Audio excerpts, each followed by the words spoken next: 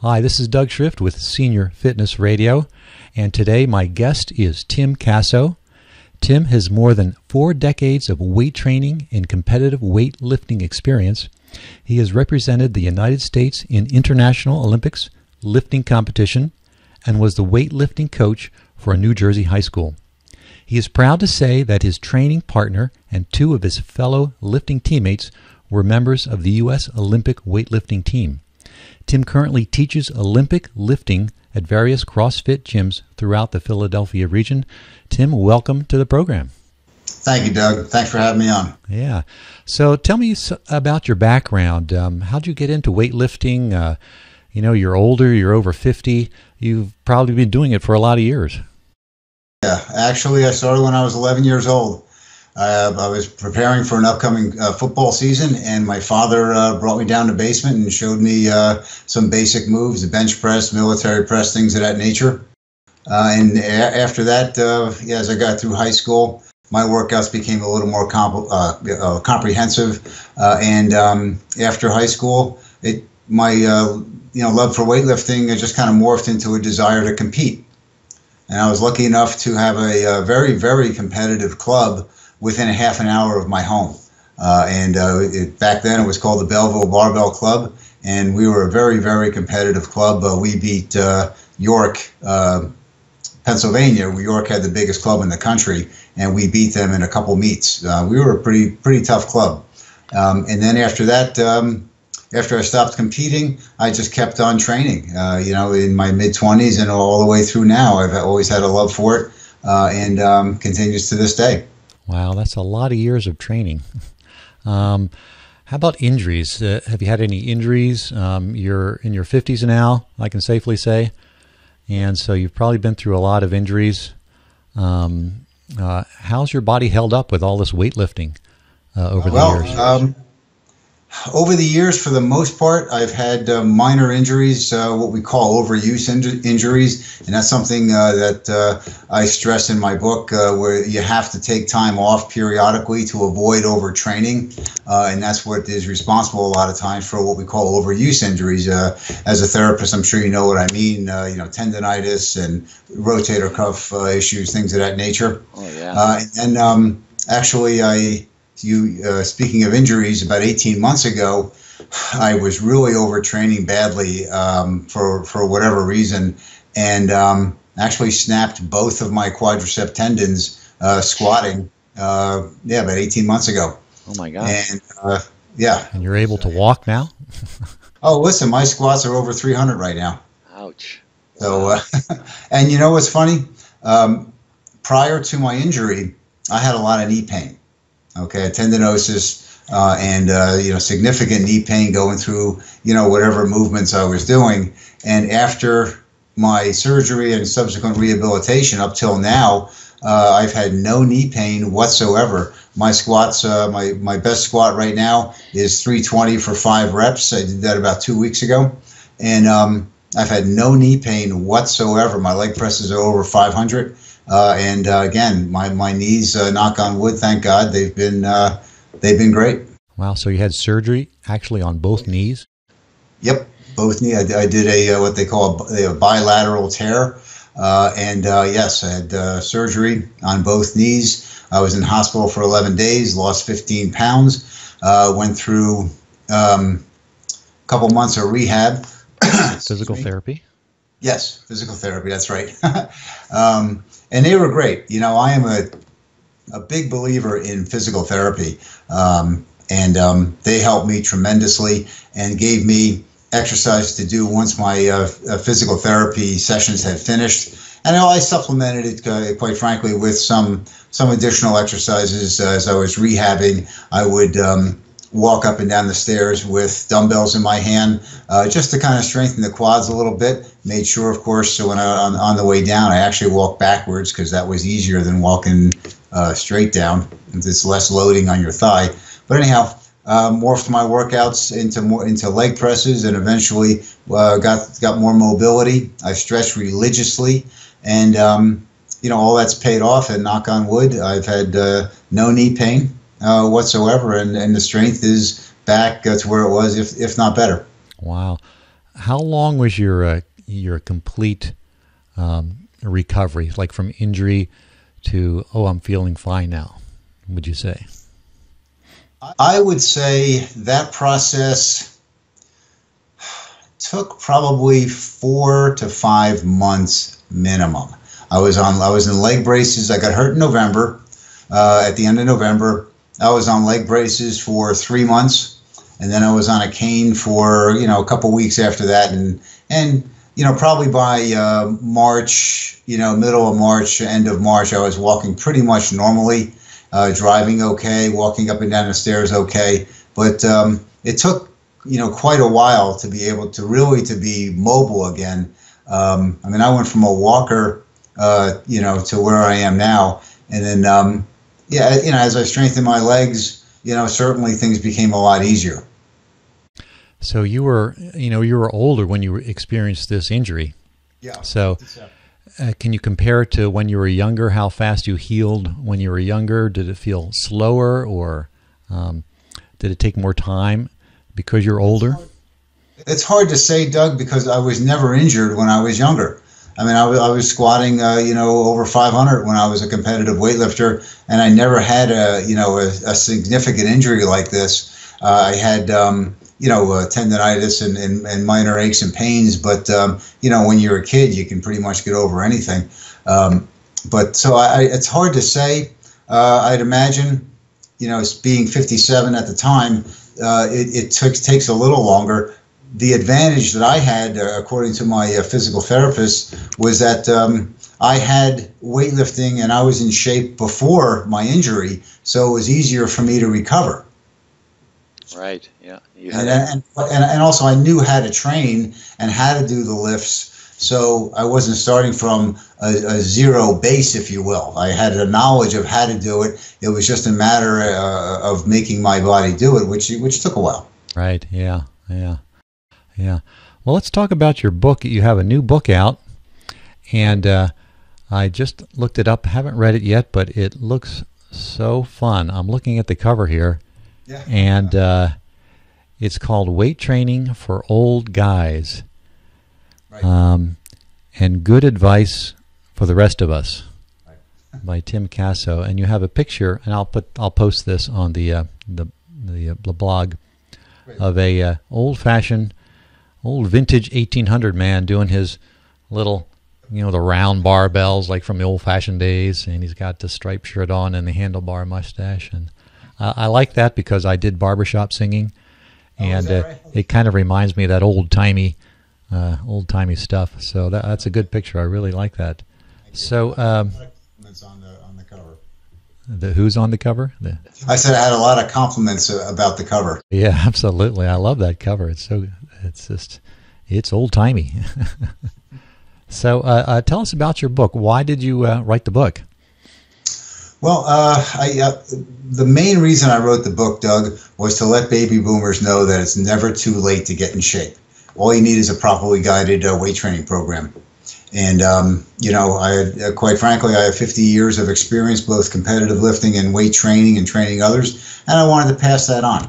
So I wanted to put it in book format. And there's another reason I wrote it specifically for the baby boomer market, and that is we are an underserved market from a weight training point of view. If you take a look at other bodybuilding sites, typically they'll cater to the 20-something crowd. And a lot of times the workouts that are advocated on these sites are vastly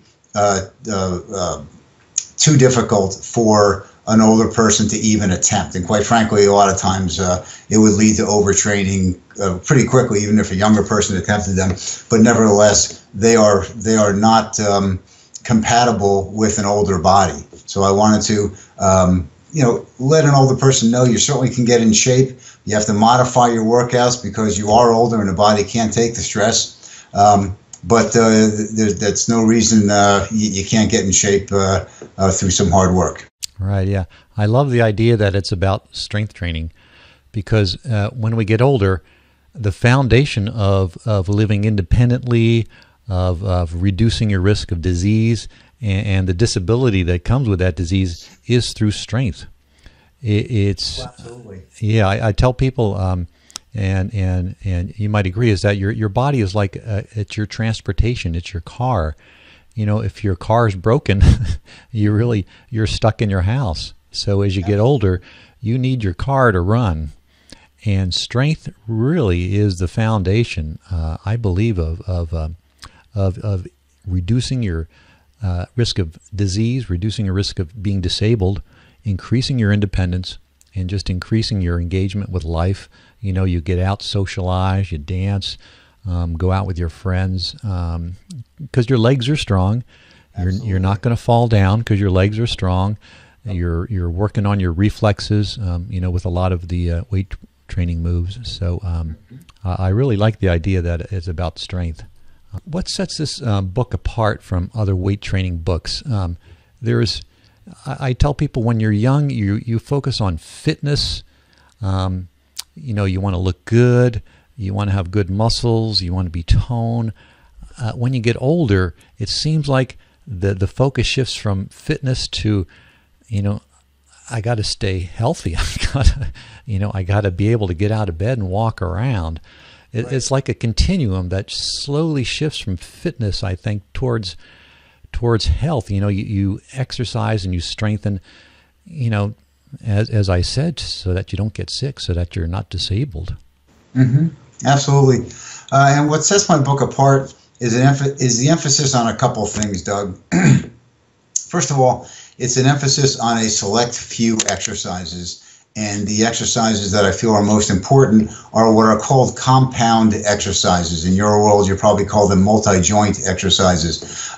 These are deadlifts, squats, military press, bench press, things of that nature. All of these exercises work multiple muscle groups at the same time. These will strengthen your body in a way that specialization exercises such as curls and leg extensions just can't do. So that's one thing that sets it apart. It's an emphasis on just a select few. Secondly, probably the most important thing that sets it apart is my emphasis on technique. When I was a weightlifter, our doctrine was technique first, strength second.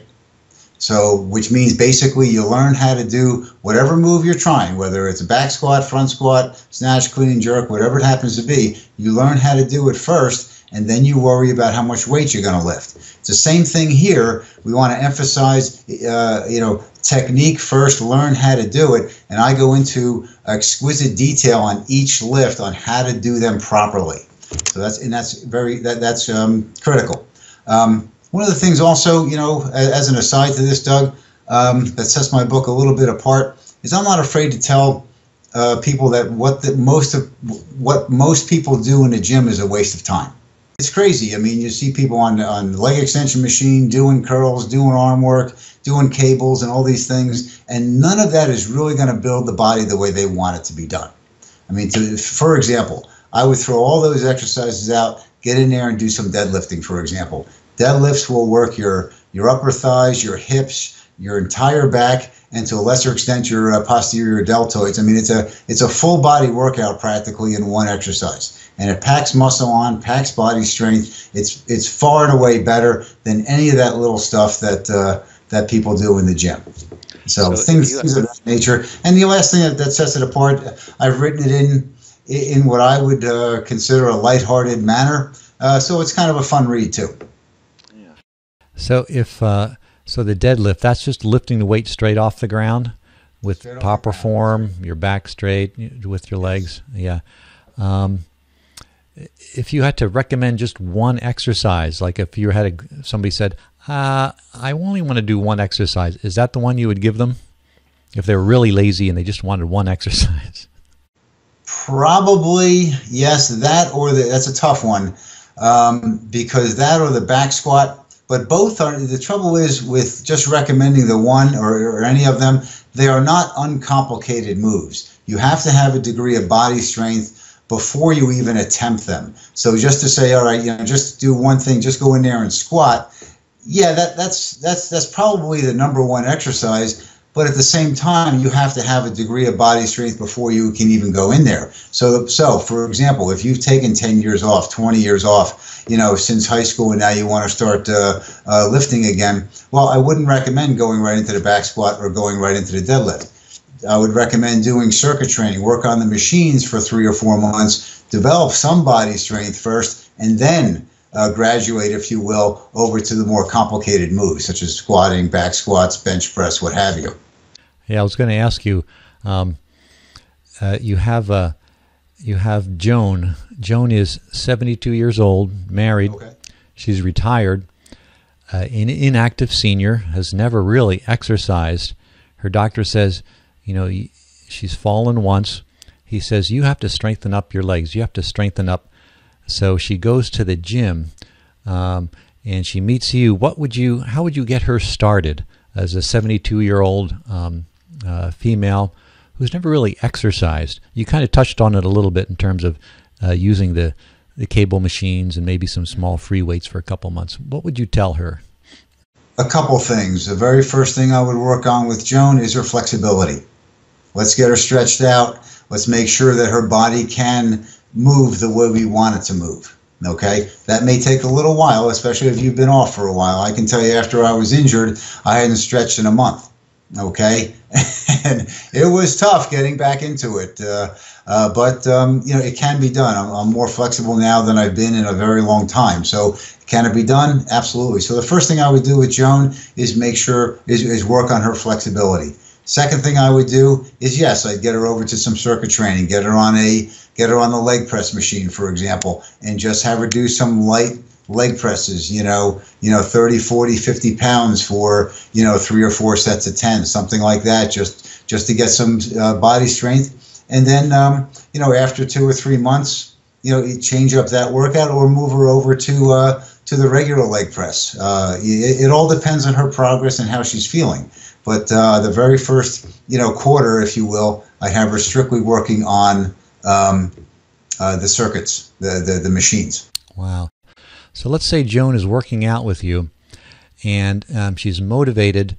Where would she be in like a year? I mean, can you give an idea, like if just as a goal, what can she expect? She's probably 130, 140 pounds, hasn't exercised. What kind of results can she have with weightlifting, weight training in about a year? Can she expect with her body? How is it going to change? What are the benefits?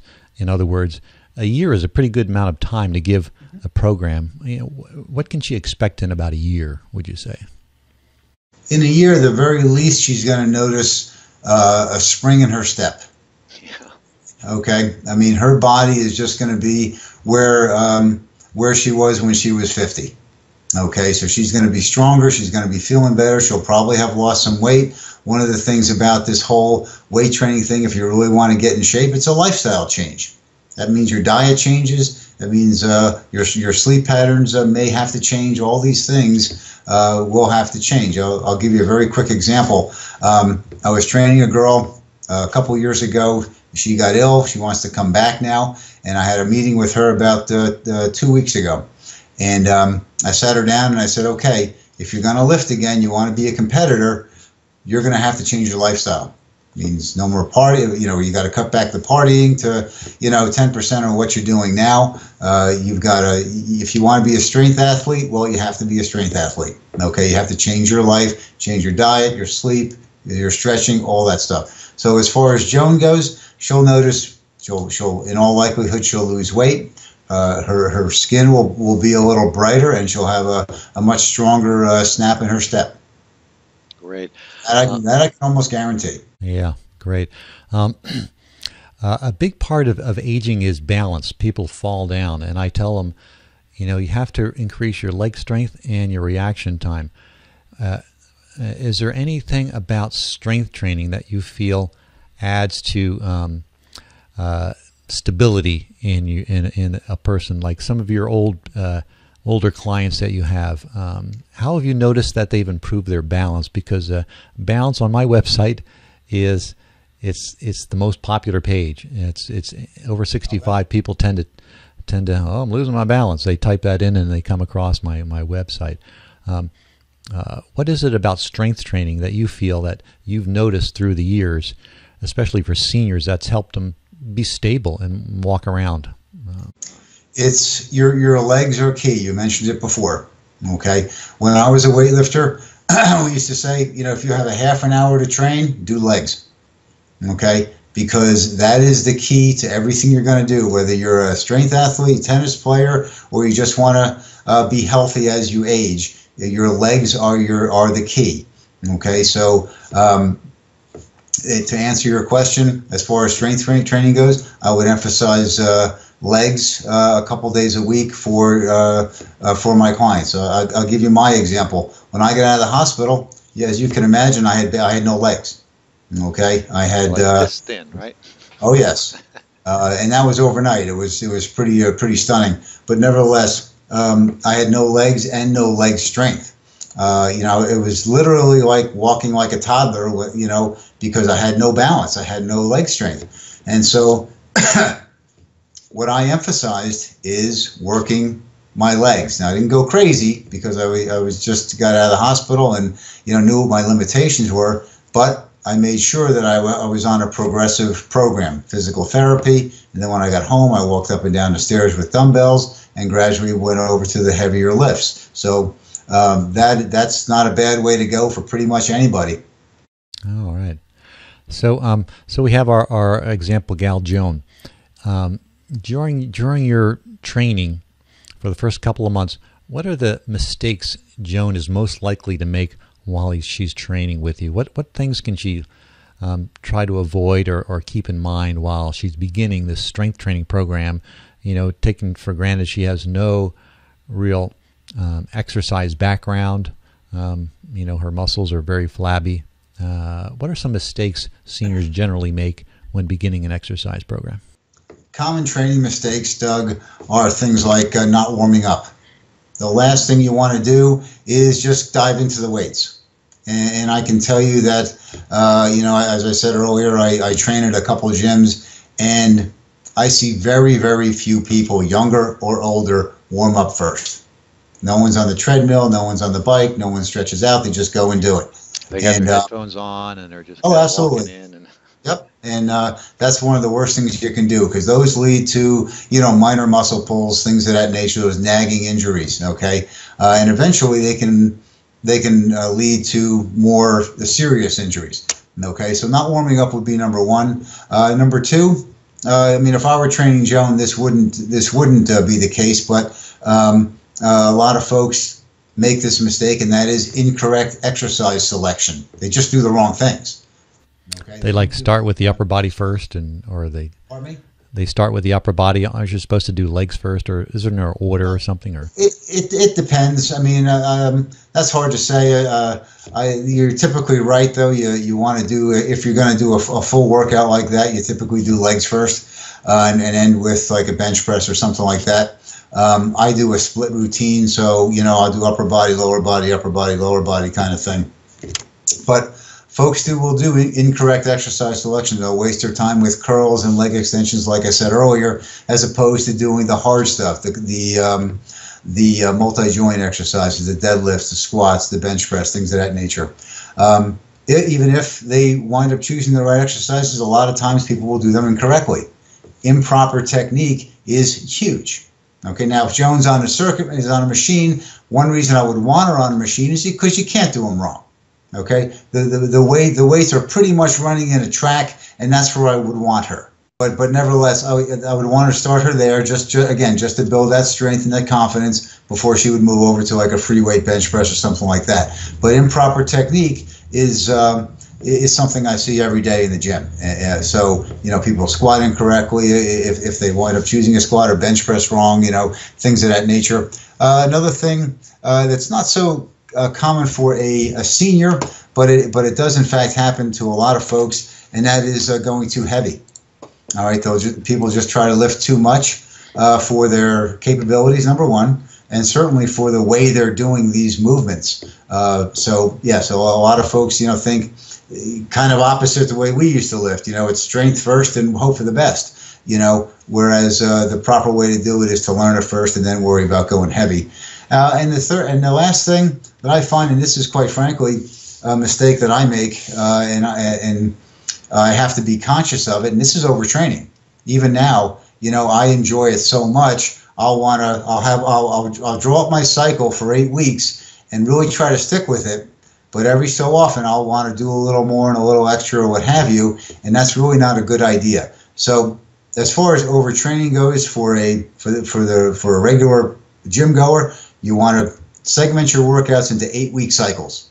Do it for 8 weeks. Take a week off. Okay, maybe make it an active rest. Do some swimming, do some walking, hiking, or what have you. Get away from the gym. Okay, and then start another 8-week cycle. Then take another week off. Segment it out like that, and you'll reduce those overuse injuries, number one. You'll reduce the overtraining, and you'll really look forward to going to the gym. Because your body is very, as you know, I'm sure, Doug, your body is very adaptable. It's going to get used to this cycle real quick. Okay, so you want to take that week off and then start something new, not the same exact workout you just did. You want to change it up a little bit. If it's sets and reps, the order of the exercises, the time in which you wait between sets, just change it up somehow, some way. Challenge your body in a new way. Wow. So let's say for Joan, since this is a senior show, Okay. how would do you just guess how much weight she can lift in her first session? Do you just hand her some weights and say, lift them? How do you prescribe how much she starts with in terms of, the weights, how many reps and sets and things like that? As far as the selection of weights, that's going to be something of trial and error. I would err on the side of being too light as opposed to working her too hard. Okay, I'd rather see her work with some light weights, gain some confidence, and then worry about how much weight we're gonna lift eventually.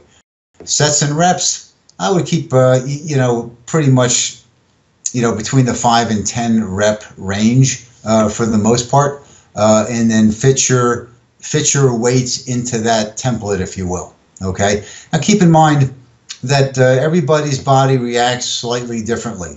Okay, so maybe a lower rep range may be right for her if she's doing some upper body work, on the bench press or what have you, whereas maybe higher reps may work for her on the leg press. Who knows? It's one of those things you have to adapt and adjust and customize over time. But at first you want to start with a template and then kind of adjust and see what happens. So you talked about the importance of flexibility.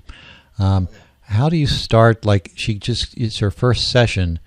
Do you do any stretching at all on your first session, or you just do weights? No. Very first session, I would have her get on a bike, for example. Ride the bike for 10 minutes. Get the juices flowing a little bit. It's a lot easier to stretch warm muscles than it is to stretch cold muscles. Okay, and as an aside to this, I would have her dress in clothes that allowed for her to do a full range of motion and would keep her warm. I don't want her coming in and anything that she may cool down in the middle of her workout, something like that. I would want her to stay warm. So yes, I would start her on the bike, get her going a little bit, get some stretches in both upper body and lower body, and then we'll move to the weights. Get those. Then that would take a period of 20 minutes. I stretch out a good 40 minutes before I do legs. Okay, to make sure that I'm ready. So I would want a student to stretch out as long as it takes, but typically that would take anywhere between 20 and 25 minutes. All right. So let's say Joan buys your book. What does she do with it? How does she start? Does she just open the first page and does it start with exercises, or how did you organize your book? The book is organized in such a way as kind of leads up to the exercises. Okay, it kind of gives a little background of us being a little older and what we can expect. One of the things I say in the first page is that you're not going to pound out the same workout you did when you were 30. So that ship has sailed. We're in we are in a different we're in a different stage of life, and we have to accept it. But that doesn't mean we can't work hard either. Okay, and so it's arranged to kind of set the stage, and then I slowly get into warm ups. And then I get into the exercises, what exercises to do, and then I get into specific workouts that you can do. And I have 3 types of workouts in there: beginner, intermediate, and advanced. And if Joan wants to stay in the beginner mode, then definitely stay in the beginner mode. If she wants to progress and go to intermediate, there's a section there for her. And God bless her if she wants to get into more advanced training. Well, I'm ready for her there as well. So we can accommodate pretty much anybody. So is this something you can do at home with just like water bottles, or let's say Joan doesn't have anything in her house but water bottles? Okay. No, I would say not at first. I would recommend that again you join a gym so that you can do the circuit training. My book focuses on barbell training and those more advanced moves. But for the sake of our conversation here, I would have Joan go to a gym first, get the circuit training in for a while. A lot of people don't have the proper equipment at home. I mean, you'll need barbells, bench press, squat rack, all these different things, a leg press. I mean, if you want to spend the money, great, but what I would do, I think it's a lot more economical if you've joined a gym for a few dollars a month where they have all the equipment, they have trainers and people that can help you. So I would recommend getting into a gym. And, I can tell you just as kind of a inside baseball, I tend to train on off days. So I don't go the Monday, Wednesday, Friday. I do Tuesday, Thursday, Saturday, Sunday. Because Tuesday and Thursdays the gym is pretty empty. Okay, you're not competing for equipment, that kind of thing. So that's just my little trick. Right. Yeah, and I like how you say get to the gym, because it's not horrible. But I think a senior that says, well, I'm going to buy a couple weights at Walmart, and I'm going to go home, and I'm just going to do a couple of, I'm not sure what these are called, but I'm going to move my arms up and down, and I'm going to lift my arms overhead. For me, it's you don't have, unless you're really motivated. If you're Joan and you're 72, you're probably not going to have that level of motivation as a more social place like a gym would be. So I think it's really important to get out and get to a place, whether it's a senior center or someplace with weights. Even if you live in a retirement community like here in Phoenix, there are a lot of retirement communities, and they all seem to have like a central room or even a couple of rooms devoted to fitness. They have a couple of treadmills and a couple of weights, but even there, sometimes there's nobody in there, and so it's hard to get that motivation. I think your idea of going to a gym and you become motivated. Like I work out only twice a week, but I do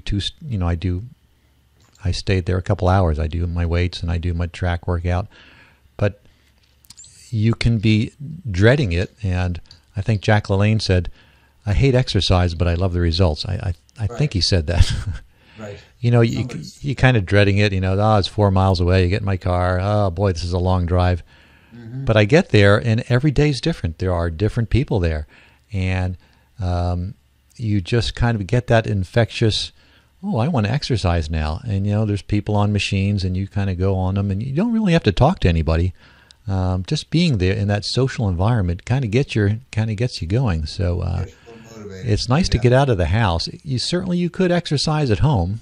You go to Walmart and get the weight set and get the bench, and you're all set. But I really think getting out to the club is a really good idea. So Joan's at the club. Should she talk to the owner, or who does she talk to when she goes to the club? She's never been to a club. What's the inside scoop you would give Joan? She goes into the door. What kind of club should she look for? I know some of them are young, a lot of young people, so she probably won't be attracted to those type of gyms. Is there kind of a gym that older people go to?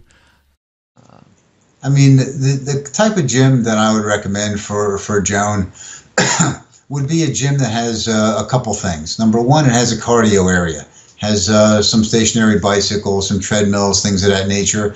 And the reason I would want that is for her warm-ups and for her warm-downs. Okay, so I want her to be able to take advantage of that. Second thing I'd want to see are machines. Okay, Joan has never lifted before or hasn't lifted in a very long time, so she's not going to jump into an area where there are barbells, and if that's all they have, that wouldn't be for her. Okay, so you want to get to a gym that has machines in it. And again, if Joan wants to just stay with the machines and she's comfortable with that, by all means, just do it, as long as she's getting some kind of strength training. In my mind, the better transition would be, okay, you do that for a couple months, you do the machines, and then you can transition over to some light free weights, some light bench presses, some light leg presses, some light militaries, things of that nature, to work her body a little more completely. Because remember, the circuits and the machines will work your broad muscle groups the way they're supposed to, but they don't work ancillary muscles. So, for example, if you're doing a back squat, if you're doing leg presses on a machine, they're going to work your thighs and what have you. But a back squat's going to work pretty much everything. Okay, it's going to work your abductors and all that, the stabilization muscles, your feet, all those things that you're really not going to get worked when you do leg presses. I'll give you just kind of a tip for your listeners, and that is once you get into the more complicated moves, leg presses, squats, deadlifts, you're going to want to do them either A, barefoot, or B, with what are called minimalist shoes. And here's why. If you train in sneakers, sneakers are great for stabilizing your feet. I mean, sneakers have come a long way from when we were kids, okay? And they do a great job of stabilizing your feet and ankles. The trouble is they don't strengthen your feet. They leave your feet untrained. And you know, as a therapist, there are somewhere around 20 muscles in your feet and ankles, okay? And you're going to want to strengthen those feet. You're going to want to strengthen your feet because strong feet, strong ankles leads to fewer and fewer back problems, posture problems, things of that nature. I squat barefoot, deadlift barefoot, leg press barefoot, or if I'm in a gym, I will use minimalist shoes, okay, which is basically the same thing. Shoes with the toes on it, or something like that, yeah. It's almost like a sock, I think, with it. Yes. Yep. I've seen them. They're pretty interesting. Yeah. Oh yeah. Yep. And you want to. I mean, your clothes and your shoes and everything else that you wear in a gym are tools, are nothing more than tools to help your workout. Okay. If you think of them like that, I think that'll be that'll help you out. Okay. So the same thing with your shoes. You want your shoes to help you, advance your cause, if you will. Every day, and that includes when you go upper body training. Use minimalist shoes for that too. Arnold and his training partners all squatted barefoot, all worked out barefoot. So, and they had a very, very good reason for it. Boy, if they do it, then there's something behind it, I think. So Joan gets your book and she goes to the gym. Should she go twice a week? How should she start? Certainly she doesn't want to do 5 days a week. That would be a lot. I don't think you ever want to do 5. But Joan wants to start twice a week. Go on Tuesday, Thursday, go on Tuesday, Friday, something like that. Put some space between your workouts, and then do that for 2 months. Okay? Then she'll want to progress. If she wants to get a little bit more complete workout, go 3 days a week. Okay? Similar workouts. Different volume and different intensity. Okay, intensity basically means, for all intents and purposes, how much you lift. Okay, so her intensity is going to be different if she's going 3 days a week. She's not going to go heavy every day, if you will. She'll go light, medium, heavy, something like that, and she'll do that for a couple months. Then she'll take a break, and then it's time to reassess. Okay, how'd you like the 3 day a week program? Okay, you like it, great. Let's set a program up where you're going 3 days a week, for 8 weeks straight. Then you're going to take a week off, and then we'll set up another cycle, and so on and so forth. So that I was started with 2. I like that week off thing. I always like taking breaks from everything. Absolutely. So I kind of like that. Yeah, it's like you don't have to be so, oh my gosh, I missed a week of exercise. When you're strength training, one thing that I've learned over the years is less is more, and this applies to whether you're Joan's age or whether you're 25 years old. Because rest is so critical. When you are trying to get strong, especially if you're a strength athlete or any athlete. I can tell you the tale of two lifters, referring to my own training. When I was training at my club, I used to overtrain. I never took a week off. I pounded it 4 days a week, and I got up to a certain level, but then I started to come down. Okay, the harder I worked, it didn't matter how hard I worked. Okay, I was overtrained and wound up injuring my knee. I had chondromalacia, had to have surgery, and wound up taking quite some time off, and then coming back, and then of all things, I kind of tripped into this less is more idea. I was studying for the CPA exam. I'm a CPA, and I had to study, and I couldn't get to the gym that much, but I still wanted to lift. So I lifted Wednesday and Saturday. That was it. And during that time frame, I saw my squats skyrocket to levels they were never before. Even when I was training so hard, I got my squats to over 500 pounds for reps, and that's something I could not have dreamed of with all the training I was doing earlier. So less is more when you want to get strong. So you mentioned overtraining. Let's say Joan, she's on her 6th week, and all of a sudden she's sore. Okay. Something happened. Something changed. She added a weight or something. Her whole upper body is sore. What should she do? Should she take time off? Let's say it's Thursday, and she's on a 3-day week schedule, or it's Friday. She's on a Monday, Wednesday, Friday schedule, okay. And all of a sudden Friday she's like, oh my gosh, my arms are so sore. What can she do on Friday? Should she take a week off? Should she? Yeah. She needs to do a couple things. Make sure she stretches out. Okay, if you're getting sore from what you're doing, what you're going to want to do is take some time off. That's the very first thing. Second thing you're going to want to do is adjust your training, because clearly if you're getting sore and it's persisting, you're doing too much. Okay, so we got to back it off a little bit and then reassess and start with something else. Okay, but definitely you're going to want to take some time off, stretch out gently, do some other things, and then we'll start on a different training schedule. But yeah, you don't want to. And that's one thing I mentioned in the book is you want to take it slowly before you really start pounding the workout. So that's why you do a two-day regimen before you move into 3 days. Right. So what's your progression? How do you progress people? Like 5% a week? What's your model on progressing people? So Joan is lifting. Let's say Joan is in her 6th week. She's graduated to 5 pound. She's doing 5 pound arm curls, and she says, "Well, these are actually getting kind of easy." How would you progress her, like off of that? What is your progressive philosophy? As far as that goes, my progressive philosophy would be, just gradual improvements. And I honestly probably would not start her with dumbbells. I would start her with just an empty bar, something like that. I don't feel that dumbbell training, especially at this stage, would be particularly beneficial. I'd rather see her do overall movements. Okay, so if she's that's one reason I would like her on the circuit. So she can do pull downs with both arms, for example. She can do leg presses, bench press, all working her body as a circuit, if you. And I carry that same philosophy over to the next stage. All right, if you're going to do a bench press, fine. You're not going to do dumbbell bench presses right now. We're just going to work on the barbell. Just do some basic barbell training, curls, I'm not a fan, but we can do pull downs that'll work her arms and a few other muscle groups, and the same thing with her legs and so on and so forth. Okay. Wow.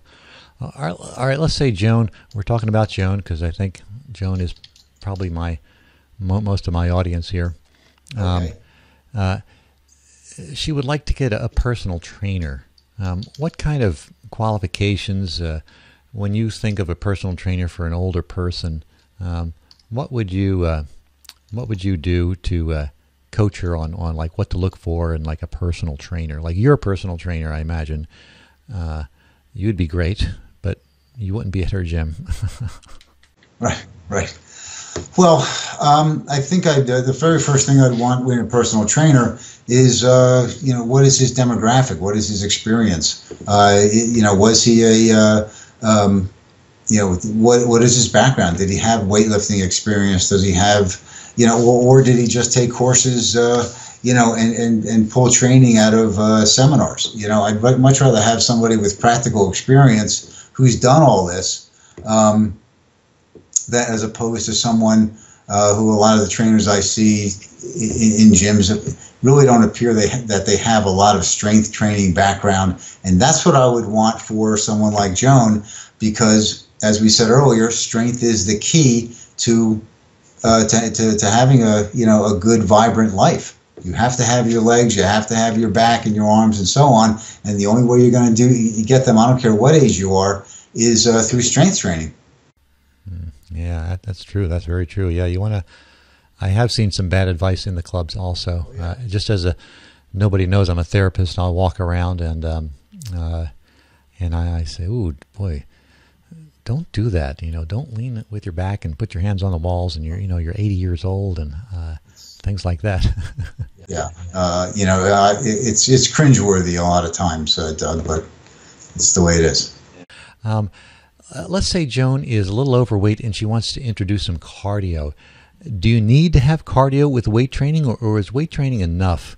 Do you need to get on, get your heart rate up to 100 and whatever? If you're 70, you probably need to get it up to at least 120, I imagine, for 30 minutes. What would you suggest in terms of cardio? Is strength training enough cardio for her? Well, cardio is always a good thing. I would recommend some cardio to complement her weight training. At the same time, weight training has been shown to be the best fat burning mechanism that there is. If you're building muscle, it takes more calories and more energy to maintain that muscle mass, as opposed to someone who doesn't have the muscle mass. So it's like leaving an engine running all the time. Your body, it costs more in calories to maintain that muscle mass. So weight training again has been found to be the #1 fat burner. Wow, great. And we're getting close to time here, so I want to wrap it up with diet. What is your? I was just on The Rock, his diet, and he consumes 4,500 calories. He drinks between 2 and 3 gallons of water. He's huge, an amazing guy, and an amazing diet. In terms of diet, what's your diet, and what would you recommend for a senior? Protein. If they're not looking for a lot of weight loss, they want more muscle strength. What's a good general diet for a senior? Well, before I get into that, Doug, I want to just touch upon the Rock's diet and things of that nature. This is exactly why I wrote the book, because you'll see something like that, and it does a lot of people a disservice by looking at the Rock's workout or this person's diet or what have you, because that doesn't apply to real life. Okay, it doesn't apply to the average person. Most of these people have incredible genetics who can handle, the incredible volume associated with their workout or with his diet or what have you. So that's one reason I wrote the book. Now, as far as Joan goes and her diet, it's a pretty straightforward thing. I mean, I mean, it's 2017. Everybody knows you need a balanced diet. You need vegetables, fruits, and the proteins. You lay off the carbs. You lay off the pastries and the junk, and you don't eat between meals. And it's very, very straightforward. My diet is very strict, but it's not crazy.